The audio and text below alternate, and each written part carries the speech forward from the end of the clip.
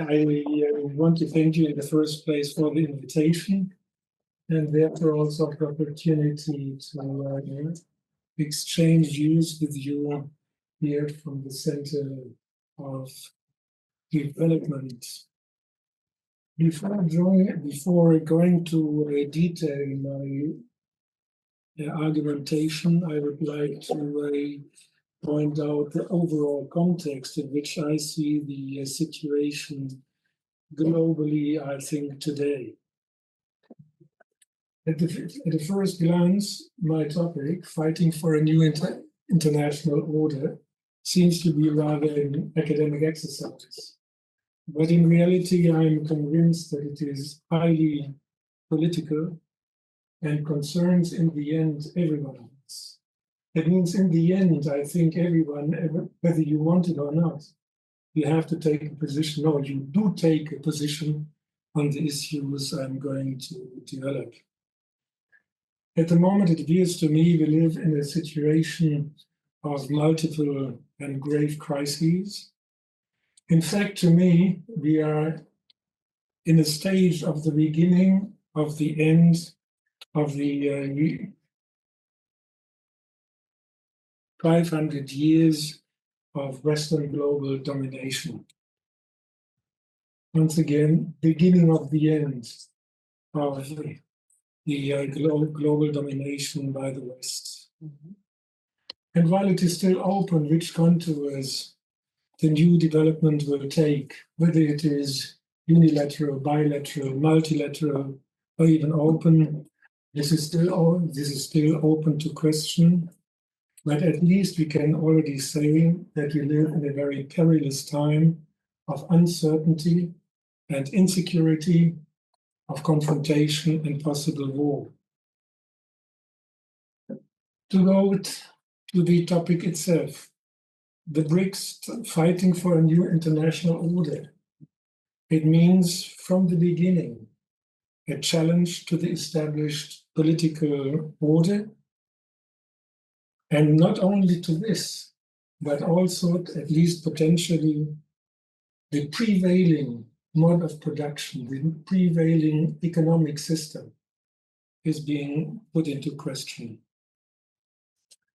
And the system is, to me, to take it to where we start from the beginning, to tell you based on inequality, dominance, and dependence. If you have any question in the... Oh. And there's a question in the chat, if you can talk a bit louder, if it's possible. Oh, sure. Yeah, Yeah, I would have liked to... Maybe the most. I think it's not on, to be honest. No, it is on, I think. Yeah, sometimes it works, sometimes it doesn't. Mm-hmm. To approach the subject in more details, as you see, chapter 1, from BRIC to BRICS. At the introductory remarks, it was said quite rightly that the term BRIC normally refers to labor processes to construction business. And indeed, it was meant in this way because in 2001, the chief economist, Jim O'Neill of Goldman Sachs, he published a study. He was interested in investment opportunities. And for him, in view of the aging population in the metropolitan countries, by contrast, the young population, huge markets, cheap labor, he advocated investments in what he called at that time the BRIC countries, namely Brazil, Russia, India, and China. He thought these countries will be the engines of growth and therefore of economic interest. In 2009, the chiefs of state of these 4 countries met for the first time in Yekaterinburg. Their interest was simply to try to find measurements in order to counter the negative effects of the financial crisis that had originated in 2007-8 in the US. They were thinking of the Asian crisis of 10 years earlier that had very badly affected their economies. Out of this first meeting came, or it was decided that these countries should meet regularly, which they did. The last meeting was the 16th summit in Kazan in Russia in 2024. But as you already see, there is no organized structure. The venues for the summits change, and also the agenda is typically left to the one who organizes the meeting. But we can already find, we have a first idea of these countries that, look at them, you see from the beginning, huge population, at least with regard to Western Europe. And also one sees already that the GDP per capita is very different within the group itself, to say nothing of the differences with regard to the industrialized countries of the West, or the triad, or developed countries. At the first meeting in 2009, official meeting, it was decided that South Africa should be invited to join the group, which they did in 2010.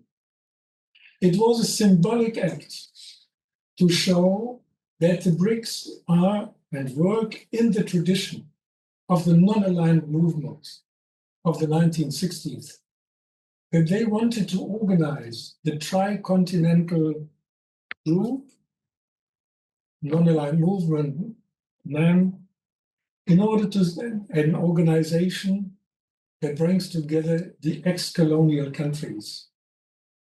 In this sense, the BRICS define themselves in a particular historical and also socio-economic, political-economic condition.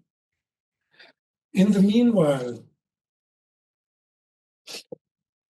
apart from South Africa, in 2023, it was decided to invite new countries to join the group. And in 2024, being realized today, we have now 10 full member countries and 12 so-called partners. When you look at them, then you see, there should be, you know the map. In the first place, the blue colors refer to the triad. The GZ in particular means US and Canada. Excuse me, maybe this really is useless to mention that. With regard to the EU, it's not only EU, and there are France, Germany, and Italy, but also the UK and Japan. They had been formed in, I think, in 1978 in order to govern world economic problems. But as I said, the BRICS understand themselves as representative of the global South. The ex-colonial countries, the orange-colored, are the original members: Brazil, South Africa, India, China, and Russia. And then we see Indonesia has been admitted today as a new full member. I mentioned that in 2024, the first batch of countries, namely, the map, Iran, the United Arab Republics, Egypt, Ethiopia joined. Saudi Arabia was invited, but has until now not accepted the invitation to join. While Argentina declined after the election of President Milei, an ultra-liberal politician. He said, we have nothing to do with that. And these other 10 countries that you see in purple color, namely Malaysia, Vietnam, Malaysia, Vietnam, Indonesia, I've already mentioned. Then in Africa, you have, apart from Egypt, Ethiopia, Uganda, Nigeria, and Algeria. In Latin America, Bolivia and Cuba joined.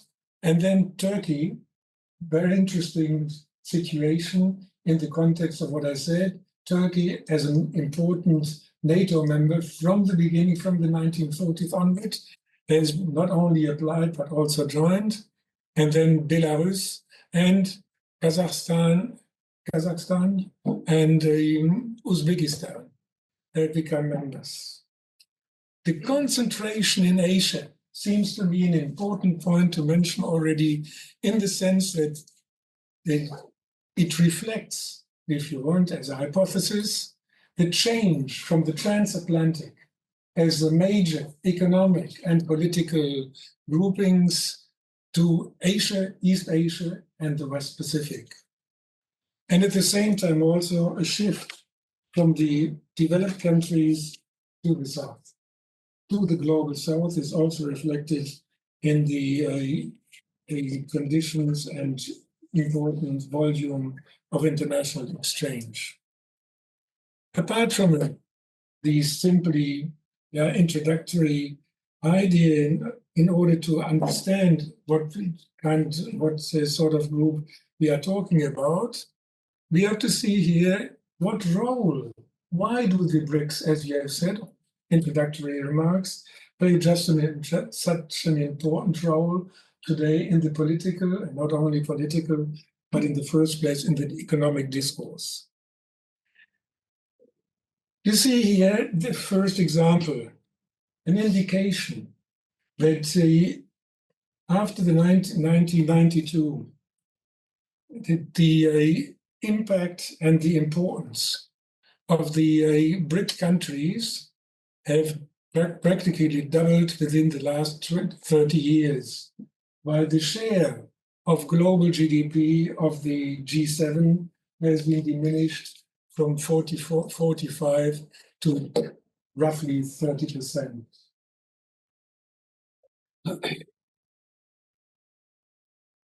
Here we see that this was not just an artificial selection or selection of times that fit a particular idea, but here we see this is a long-term trend. Between 1992 and 2024, you see what I've already indicated, a huge increase in economic importance by the BRICS from roughly 16% to 32%. That means they have doubled their share in the global economy, while the G7 have correspondingly, while their share is correspondingly declined. You remember one of the first tables showing the importance and the size of the individual population of the countries. Their share in the international economy is one thing, but it combined with the low income and their huge populations, their GDP is correspondingly vastly increased. See there, and it's important you will know this distinction between the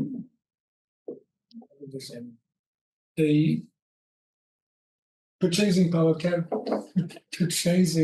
parity and nominal dollar exchange rates. You see, this is based on parité de pouvoir d'achat, clearly, and you see the difference when you take the US with $80,000 per capita, and on the other end, there is India with 10,000 on the basis, once again, of purchasing power. When you apply another criteria, namely exchange rates, the situation will be quite different.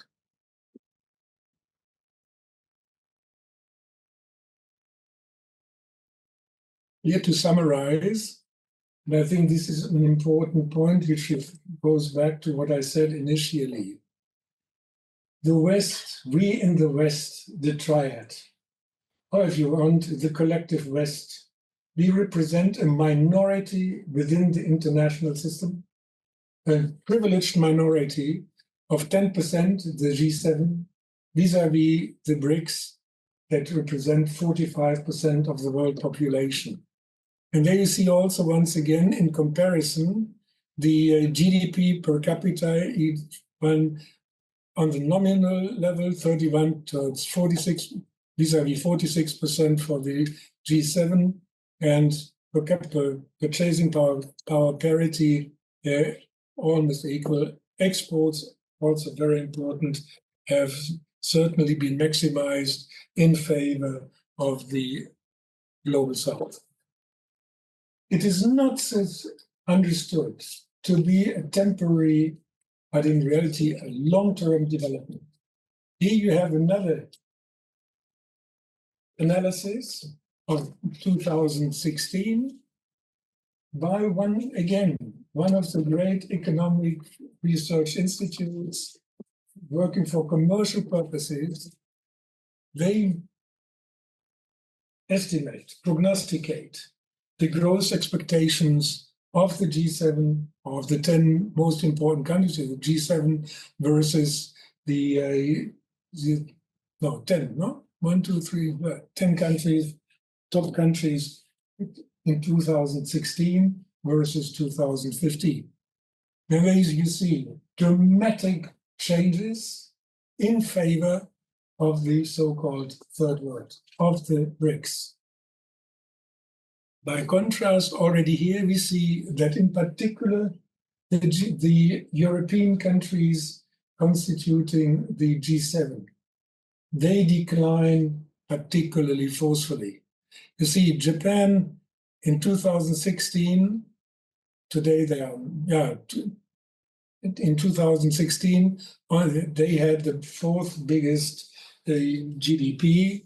In 2050, they have declined to play position 8. By contrast, there we see Indonesia has climbed from 8th to the 4th position. And you will remember that Indonesia, from this year onward, has become a member of the BRICS plus countries. Similarly, Germany from 5 to 9, France does not play a role anymore within the group of 10 most important economies, and also the UK just is placed on the 10th position. But situation, or to reach this goal, and to quote Jeffrey Sachs, he's of the opinion that in the long run, the BRICS will have a growth rate of 5% per annum compared to the G7 of a maximum 2%. You know the situation in the Federal Republic here, the second year in recession, they will have difficulties, to say nothing of France. I live in France, I know the situation of it is, let's put it this way, it's not surprising that in 2050 they don't figure any longer within the group of most important economies. But when I've purposely taken on this part also because we see that still in 2023, based on exchange rates, the US plays a predominant role in the world economy. The global social product in 2023 was $106 trillion. That means the US represents more than a fourth. And when you take another example, among the top enterprises based on market evaluation, more than 60% or 50% are American ones. Take the one has enumerated 10,200 enterprises worldwide. Take another figure of the same kind of evaluation. Among the 100 most important economies by market evaluation, 60 come from the US, 10 from China, 3 from India and Germany, 4 from France, and the rest you can imagine. Very few countries have a single one or none at all. That means economically, as far as private economy is concerned, the US still plays a huge role in the international system.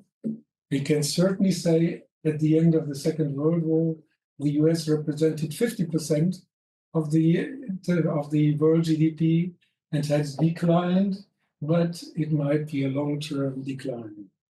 Similarly, last point in this context, with regard to the military, the US represents 970 billion it invested in the military.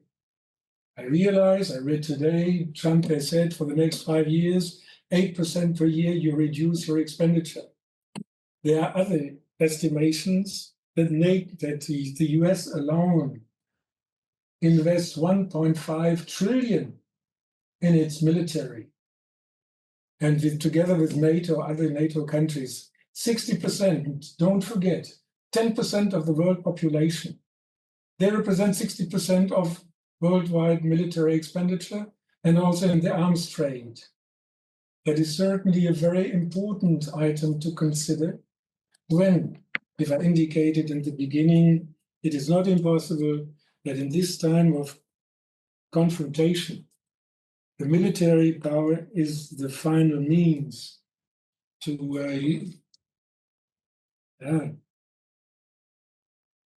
realize what you consider your proper position in the world. By contrast, 50% and more than 50% of patents with regard to intellectual property rights are today filed by China. The US, maybe 7%, and the Germans, who claim to be the technologically inventive population, they play a very, very minor role. If they want to play a role in future, I think great efforts will have to be undertaken. The question is, how is it possible that in a relatively short period of time, these countries of the South have come to play such a major role? And as you have been told, I even studied for 2 years in India. I've worked a lot in India. And at that time, in the 60s, 70s, 80s, India was considered, as one says in German, Fass ohne Boden, means impossible to develop that country with its huge population. It's impossible to even think of reaching any kind of particular development level. Today, India represents the 5th largest economy, at least by purchasing power parity.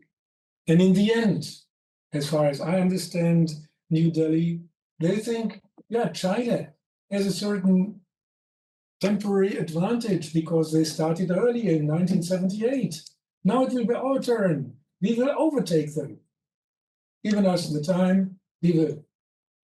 And as you know, they are the office and the pharmacy of the world. I will come to that point.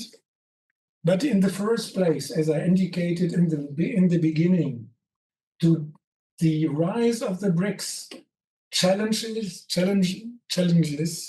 the power structure, and with it also the hierarchy of states. Hierarchy of states we have seen, but also the power structure, and more important, the basic polit-economic system that underlies the structure, also political, of the international system.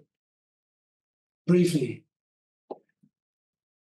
in answer to the accumulation crisis of the 1970s, Reagan and Thatcher, you are too young to remember that, they introduced for their own, at that time, multinational companies, a new liberal strategy opening to the global market.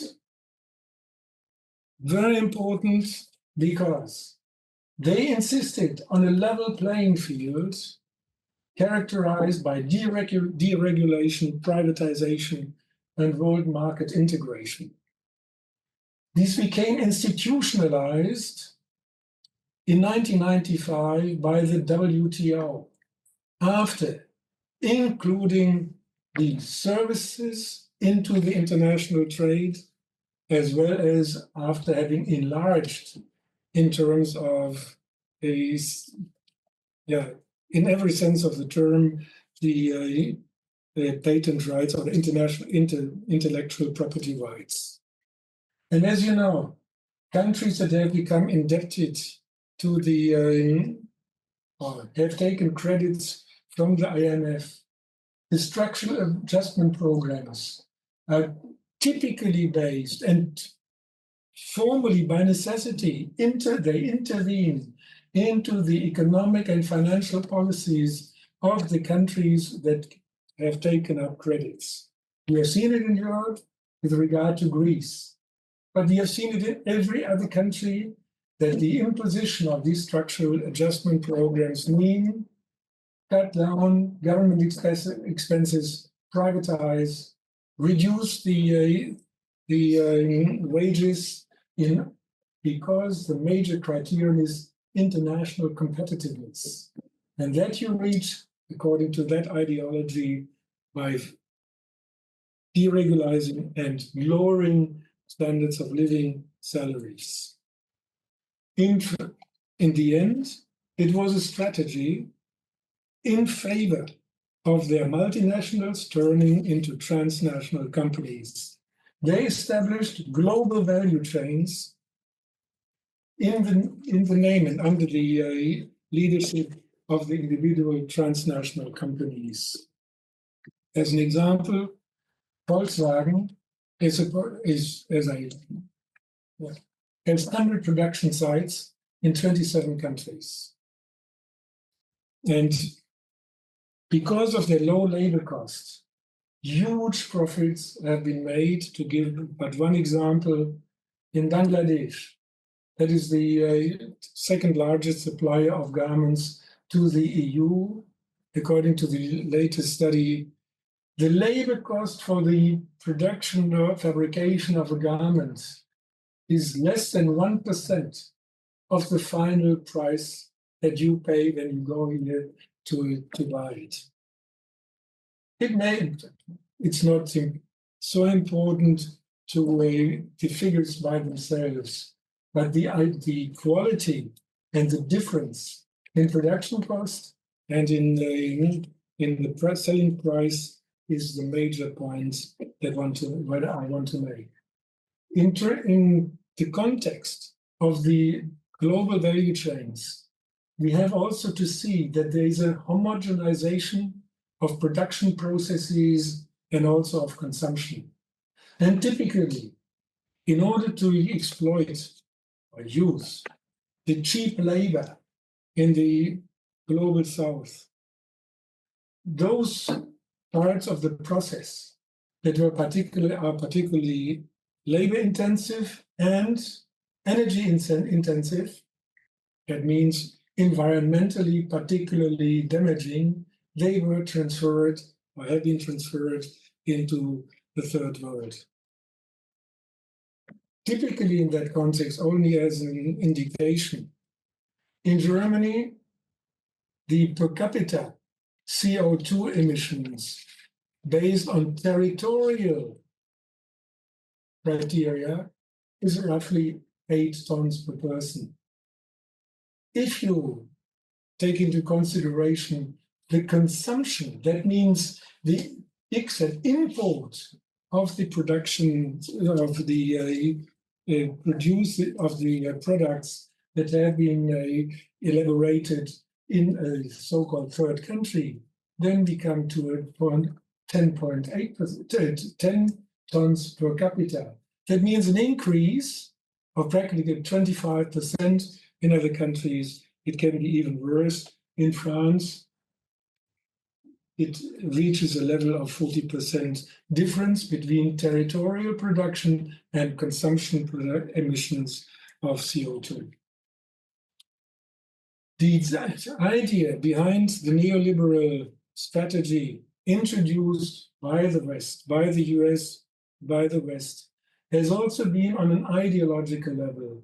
They thought by investing massively in the third world, a middle class will be created that by its own identity will demand more civil and political rights. And in the end, turn to establish a bourgeois democracy along the lines or similar to what we find here as well. As far as the global south is concerned, or the country, we can indeed state a huge amount of foreign direct investments. China's success has indeed been facilitated by the massive investments of American capital, but it has been typical in an export-oriented development, an export-oriented industrialization. Indeed, we have the rise of a middle class, huge increase and betterment in the standard of living, and also the emergence, often helped by the state, of transnational companies. The DAX, the German, Stock market. La Bourse. Stock market is typically not controlled but managed by Indian internet firms. What are the downsides? I've here mentioned that just two. Generally speaking, a huge increase in inequality. And as far as the West is concerned, we have a process of deindustrialization because, as I indicated earlier, these parts, particularly labor-intensive, have been transferred. At the same time, the emergence of a financialization of the economy as the major and dominant part of capital. And in the end, as Amin suggests, the emergence of a globalized monopoly finance capital. Important, as we see in our societies, an attempt to re-industrialize, relocate particular production processes.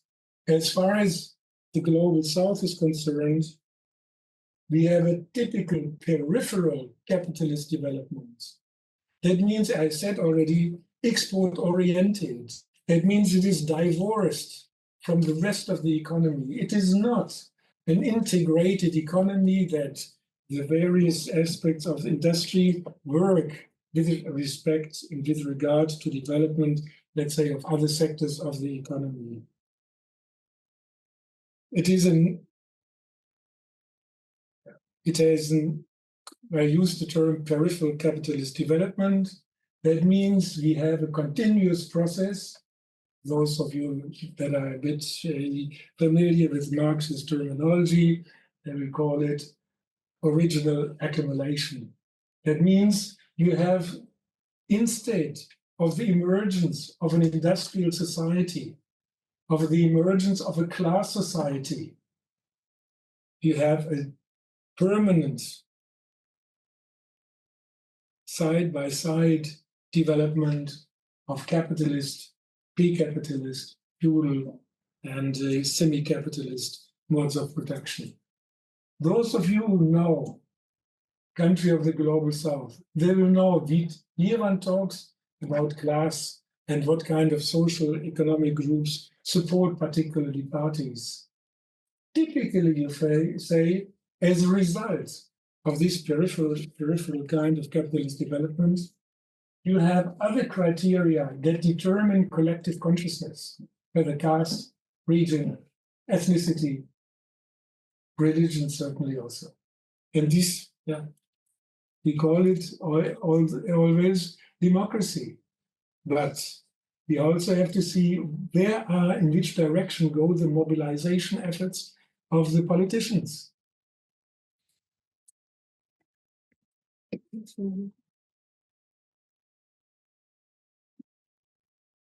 Wir haben noch 5 Minuten. Also when we still want to discuss a bit. Yeah. So sorry. Or a few questions. Yeah, I appreciate that, certainly. In the next 2 paragraphs, chapters, concern, apart from what I have said with regard to basic socioeconomic processes, concern why, or aspect in the first place, what are the particular complaints that the BRICS countries utter with regard to the established rules-based order? We can say in the first place, rules-based, there is no instance that one can say that they have a common ground fixed by any treaty, laws, whatever. Doesn't exist. And we can go through the actions of the Western countries with regard what they claim that the UN and international law is at the basis of their policies. Very far from it. When they to take what, number one, if you come from the BRICS countries, you see the IMF works like in a shareholding company. The US has a veto right. They represent 17% of the finance of the inlays. The GZ, even though representing just 4% of membership, they control 43% of voting rights. China, with an economy 4 times, 5 times the one of Japan, has less voting rights than Japan. That means here, the BRICS, in the first place, demand a share in global governance architecture, in this where economic government structures commensurate to their economic weight. But more important, they say human rights. These are not only just bourgeois civil and political rights, but they are social, cultural, and economic rights. They are the third generation rights to peace, to development, to an appropriate, sane environment. And finally, sanction policy that we have seen here, totally illegal, is simply invented or applied because of the power the West has in the international system. The US Commission of Congress has said since 1990, the US has intervened militarily 251 times between 1990 and 2022. What do the BRICS demand? In the first place, as I said, a participation according to their economic rights. But much more important, a new international order based, as they say, on the primacy of the UN Charter and international law. And that means in the first place, they refer to the Panchshir, at that time in 1954 for the first time enunciated between India and China with regard to Tibet.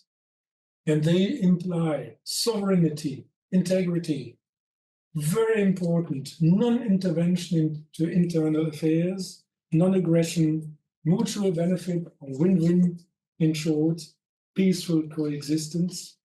And as far as to me, the demand to recognize and to respect cultural diversity is most important when we think of our societies, our politicians, our politics, that in another forum today based on democracy and human rights, they claim still and continue their civilizational mission of colonial times. The new development bank can be considered an alternative, at least in its concept to the IMF. 2 minutes I will be given. Not a multipolar world, chances and risks. When I said earlier that the neoliberal strategy was invented by the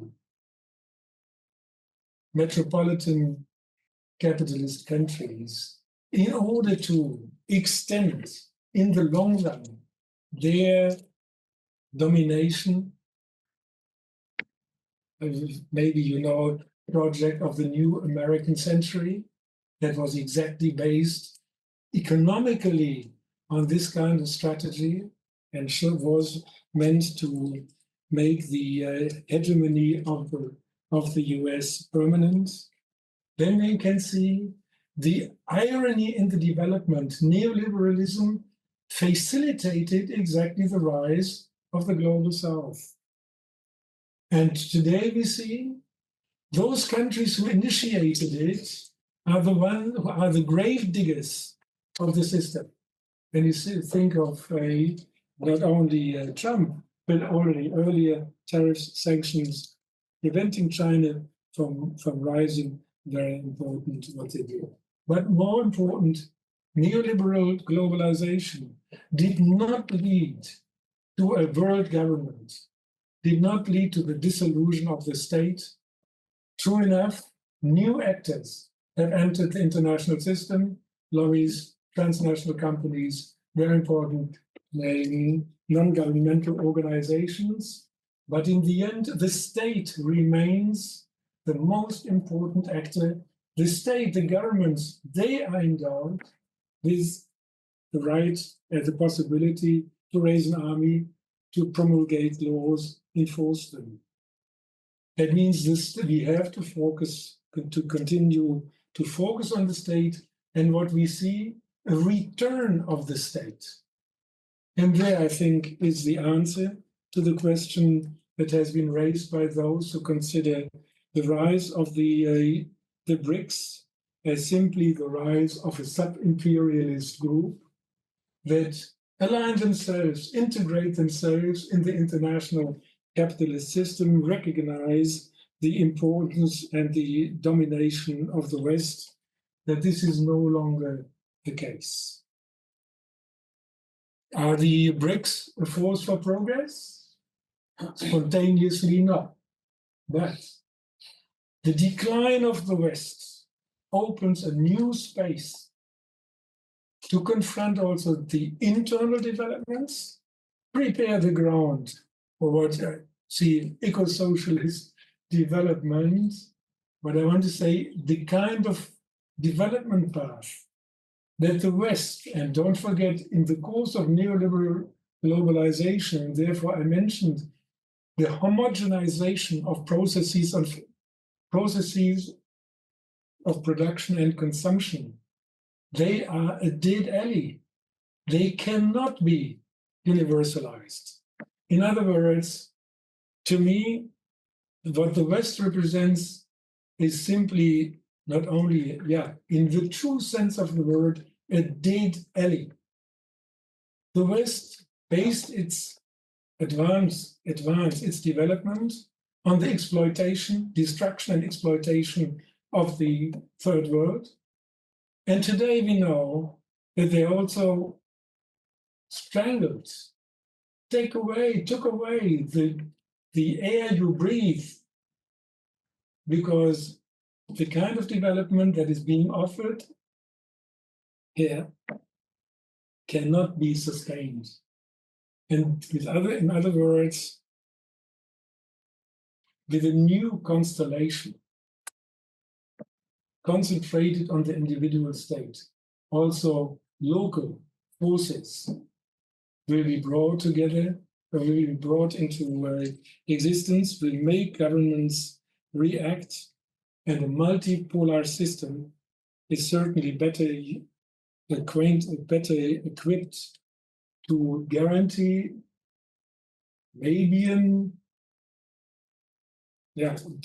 guarantee peace than the hegemonic power that feels threatened today.